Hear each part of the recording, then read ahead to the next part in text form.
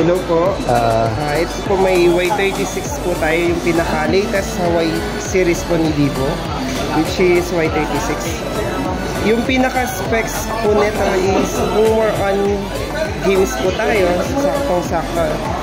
Naka 8 gig yung pinaka-storage RAM po niya, and then may extended RAM po siya na 8, bali 16 gig RAM po. Then yung internal storage niya is naka 256. Ang default na RAM niya is 8 po. 8. Yes. Tapos expand na ano siya, extend yung RAM. Yes sir. Babaro ka. Yes. Saan binabaro yun? Sa pinaka-internal storage, doon po siya binabaro. Maximum niya is maximum sa RAM 16 na po. 16. Apo, total of 16.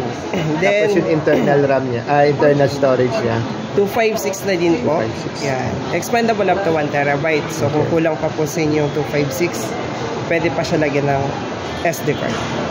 Okay. So very good. Anong maximum sa SD card ang pwedeng ilagay? 1 tera po kaya niyang basahin. 1 terabyte. Yes. Okay. May particular brand ba na SD any card? brand naman po.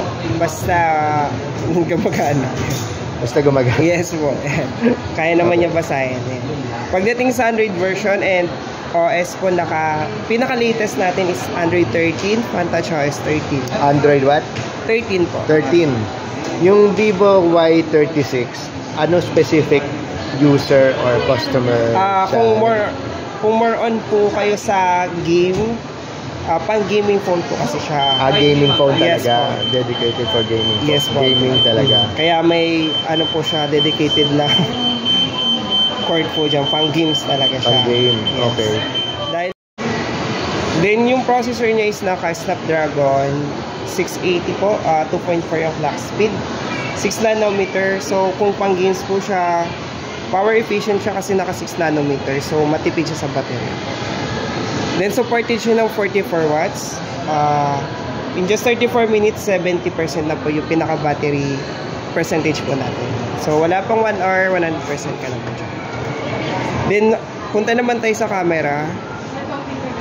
Pag sa camera po, naka 16 megapixel po yung pinaka selfie camera natin. Then sa rear camera is 50. Supported po tayo yung Super Night mode and Super Night selfie. So when it comes sa low light, especially po sa night, clear and detailed pa rin po once mag-capture tayo. Okay. Meron ba up to what yung video quality niya? 1080p? Up to 1080p po. 1080p Yes, for full Vivo HD+. 336. Yes. Ilang frames per second yun? 60 po. Pinakamataas niya. 60 na. Ano naman po tayo sir sa video. Ayan. Pagdating sa video sir, naka 60 frame per seconds po siya. Maximum? Yes po. Tapos na-adjust pa for 30? Yes po. Ayan. Dito po. Sige, turo mo. Ayun. May slow-mo ba siya? Meron din po. Somewhere po. Yan. Meron siyang slow-mo. Yan.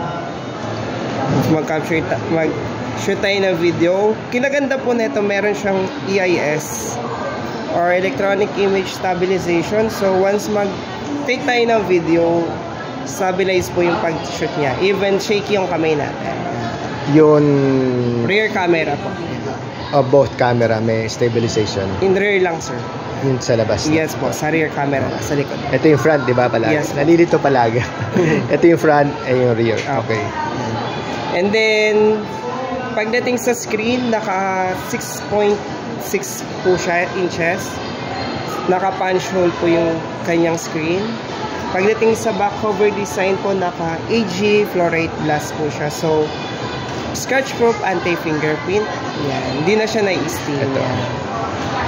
Yan po, yung pinaka back cover niya. Itong cameras. Ito. Sa camera, naka 50 megapixel yung pinaka main shooter niya. Then, ito. 2 megapixel for bokeh lens. Yan. May mga effects ka pa ba dyan sa camera? Sa pagdating sa camera, we have... Pagdating sa portrait, ay sa night shots, may mga styles po tayo. Pagdating sa pag-take ng pictures, maganda na ito sa mga cities. Kuhaan siya sa cities. Pero kahit hindi night shot, pwede rin no? Pang night lang talaga siya, sir. So, hindi siya gagana pag ganitong... ano po, pwede naman po. Basta sa night lang siya diretso. Then, click yung style. Ayan. Yung sa style. Pwede po siya mamili kahit... Sa style, pwede kahit may ilaw na. Yes, sir. Ayan. Ganun pa rin naman itong effects niya. Ayan. Mamimili ka lang kung ano yung napupusuan mo dyan siya. Okay. Then sa portrait, pagdating naman sa front camera, meron siyang bokeh effect, blurred yung background. So, para kang naka-DSLR camera. Ayan. Pero sa video, may ganyan ba? Sa video po, pagdating is... Yung blur background? Wala po, ayan. Wala. Pang mga high-end po kasi siya. Okay. Kasi mid-range pala po. Filters lang po yung available natin pagdating sa video. Video po sa rear. Pag sa selfie video, sa front po, same lang din po. The same lang. Pero wala siyang blur background. Wala po. Hindi niya kaya. Okay. Hindi naka-assign diyan. Hindi siya supported po. Hindi siya supported. Yes, yeah. After this one, ano yung may supported na may blur background for video? Meron po tayo yung B29 po. Yung B29 series. Magkano inaabot si B29? Ito na yan. Yes po. Bali, dalawa yung variant na meron tayo sa B29. 512 and 256. 256. Yung 12256 na price po niya 24,999. Yung 512 naman po is 26,999. Dalawin natin si B29. Kaso lang wala kang live unit. Bigyan mo na lang kami ng ng general specs at saka yung mga features niya.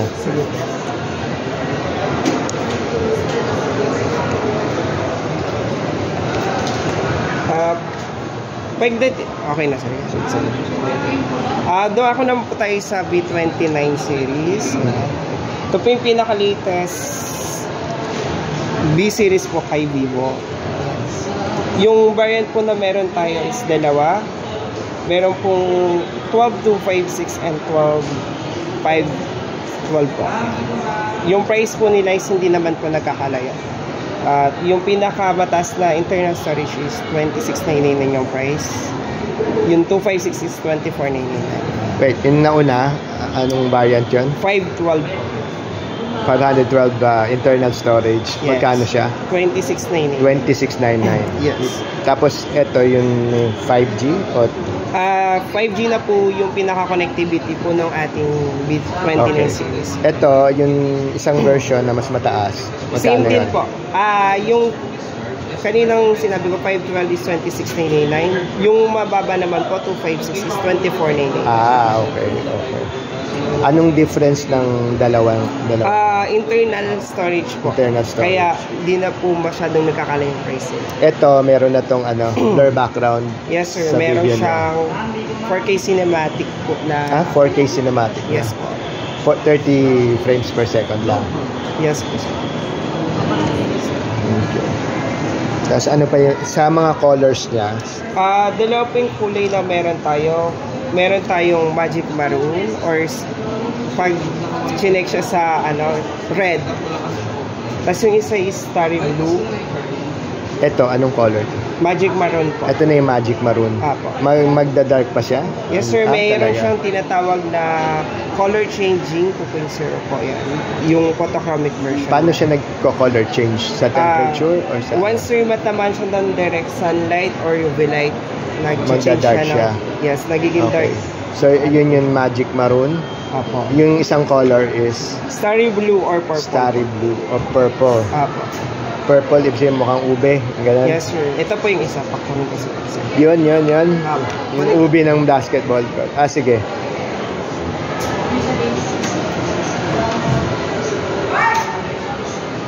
Para siya, sir. Yan, para siyang may pa-wave, sir. Okay. Tapos ito naman glossy, yung pinaka back finish niya. Tapos ito naman is medyo matte. Both color naman is available. Tapos yung cameras nila dito. Pagdating po sa camera, naka 50 megapixel po yung pinaka main camera shooter ni B29 series natin. Ayan. Even yung front camera niya is 50 din yung megapixel. Yun yung mas mataas na presyo. Both O pareho? Pareho. The same po. Internal storage lang talaga yung difference. Internal storage lang. So, ulitin natin yung price, yung mas mababang storage. Magkano? 24,999 po yung 24,999. 256 po. Yung susunod, mas mahal. 26,999. 26,999. Okay. So, yung B29, yun yung bago ngayong Yes, sir. ni-release. Kailan ba ni-release yung B29? Actually, sir, 3 days ago pa lang po siya. 3 days ago pa lang. So, si Ann Curtis ang ano niya, endorser.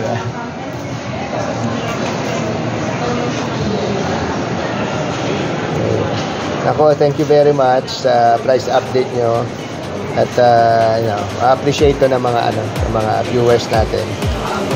Just leave me your yung contact number. Ayun ang ipa-flash ko dun sa video. Okay. Konting lang. Pahappy ako. Yan. So, ano pangalan mo ulit? I'm Julius Balneg. Julius? Padak expert at Vivo SM. Okay. So, yan. So, kontakin nyo. Hanapin nyo si Julius dito sa SM Fairview. Iwan natin yung contact number niya sa description at saka sa video today. So, thank you very much, Julius. Okay.